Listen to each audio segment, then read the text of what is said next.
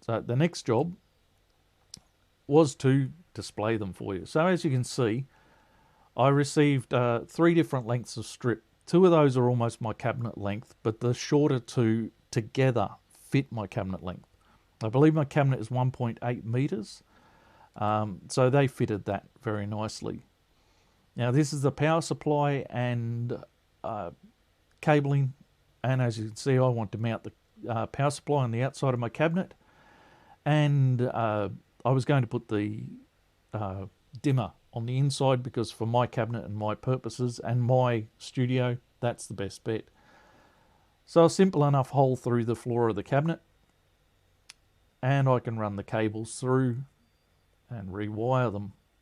Now I could have just as easily put the dimmer on the outside of the cabinet, but with kicking around in my office and moving equipment around, the dimmer's safer on the inside and not going to come to any harm.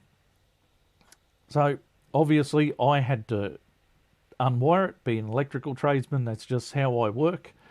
But I did, in all honesty, have to disconnect this wire in order to put it through the cabinet. I did not have to disconnect the power cable. As you can see, it would have fitted under the lip of my cabinet. So the first thing I had to install was the, this is your base voltage supply. So this strip has the connector that connects to the dimmer. This is where you tap all your other power for the cabinet off. So for me, this was to create a backlight, but also that base power unit.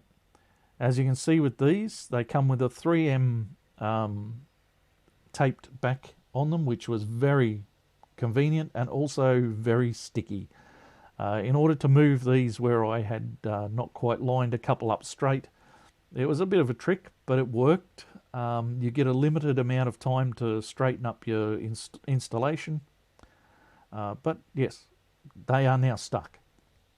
So I've put the 2 cable ends to the middle, as you can see with these. And the purpose is because I have to now tap the power for the cabinet off that back rail. As you can see, it's just a magnetic connector, connects in, simple as that, and it holds itself in because it's magnetic. And now the front 2 rails will have the power on them as well. Between here and this shot, I did the side ones and connected them at the bottom to those front 2 rails. So it all taps back to that back rail. Now, as you can see, these LED strip lights are also 3M taped, and I've using those side panels that I told you I put in. I put these with the cables to each end, which allowed me to butt them up to one another in the middle of the cabinet.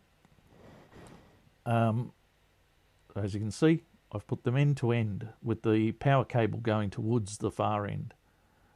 Yeah, give or take, I have to move my doors. But there you go. And that puts in that light. And then that just, the same with the magnetic connectors before, you just connect them in and away they go. And as you can see, it's a really nice bright light in my cabinet.